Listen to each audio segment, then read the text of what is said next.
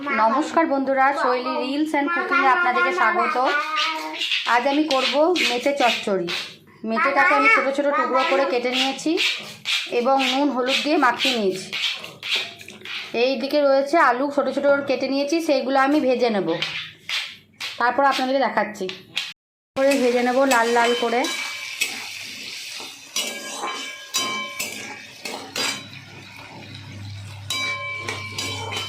আঁচ বাড়িয়ে লাল লাল করে ভেজে নিচ্ছি। ভেজে নিয়ে তুলে রাখবো।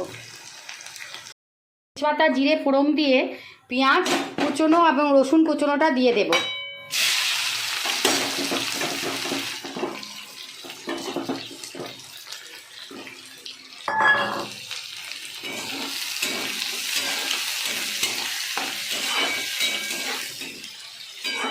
এটা হালকা ভাজা হবে, আমি নুন চিনি দিয়ে দেব এর মধ্যে।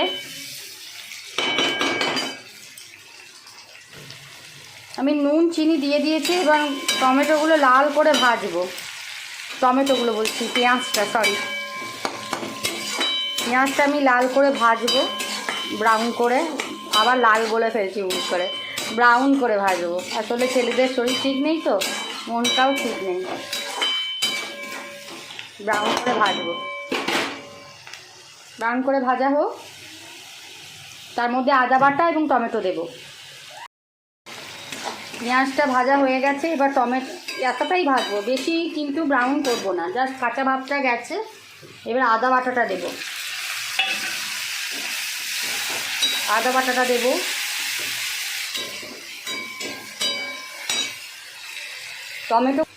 টমেটো দিলাম। যতক্ষণ না কাঁচা ভাব যাচ্ছে ততক্ষণ কষাবো।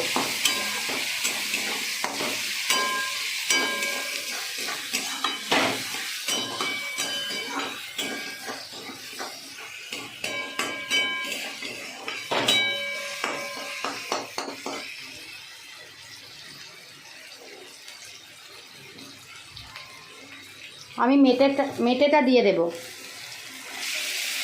মেটের মধ্যে নুন হলুদ মাখানো আছে।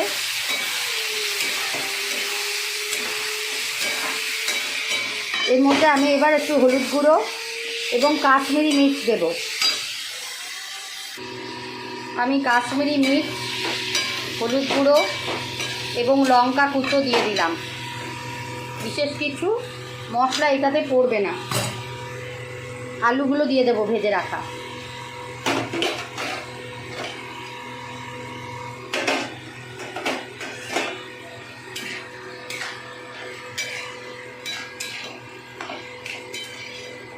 এবার পুরো মিশ্রণটা আস্তে আস্তে হতে থাকবে এবং এর কালার, স্ট্রাকচার সব কিছুই চেঞ্জ হতে থাকবে। মেটেটাকে কষি।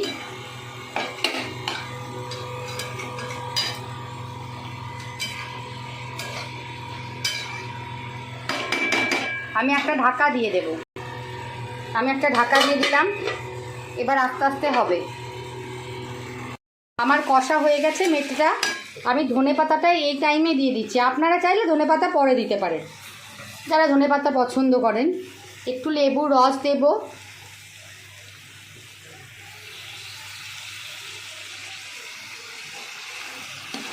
এবং আমি এই স্টেজে একটু জল দিয়ে দেবো, যাতে আলুগুলো অলমোস্ট সেদ্ধ হয়েই গেছে, তাও একটু জল দেব।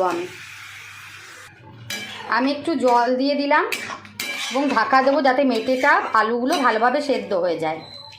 তারপর আমার কাছে একটু চিজ পড়ে আছে, একটু টুইস্ট করবো রান্নার সঙ্গে। চিজটা গ্রেট করে দিয়ে দেব।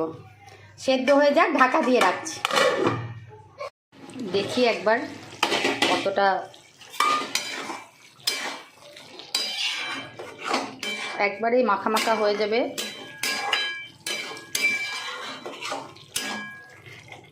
এই সময় আমি একটু চিজ গ্রেট করে দিয়ে দেব। আমার মেটে চচ্চড়ি একদম রেডি। আমি জলটা একটু শুকিয়ে নেব।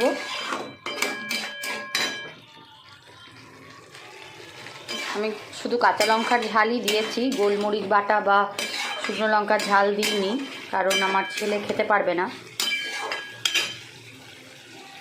হয়ে গেছে। এবার আমি হয়ে গেছে, এবার আমি এটা বাটিতে ঢেলে নেব। রেডি হয়ে গেল আমার মেটে চচ্চড়ি, মাটন মেটে। আপনারা চিকেনের মেটে দিয়েও করতে পারেন। আমি যেহেতু চিকেন খাই না, সেই জন্য চিকেনের মেটে দিয়ে আমি করলাম না। তবে মাঝে মাঝে আমি আমার ছেলে আর হাজব্যান্ডের জন্য করে দিই। আমার রেসিপিটা যদি আপনাদের ভালো লেগে থাকে এবং আমার ফেসবুক পেজটা আপনি ফলো করবেন, ইউটিউব চ্যানেলটা সাবস্ক্রাইব করবেন এবং আর আমার রান্নাটা সবার কাছে পৌঁছে দেবেন। টাটা।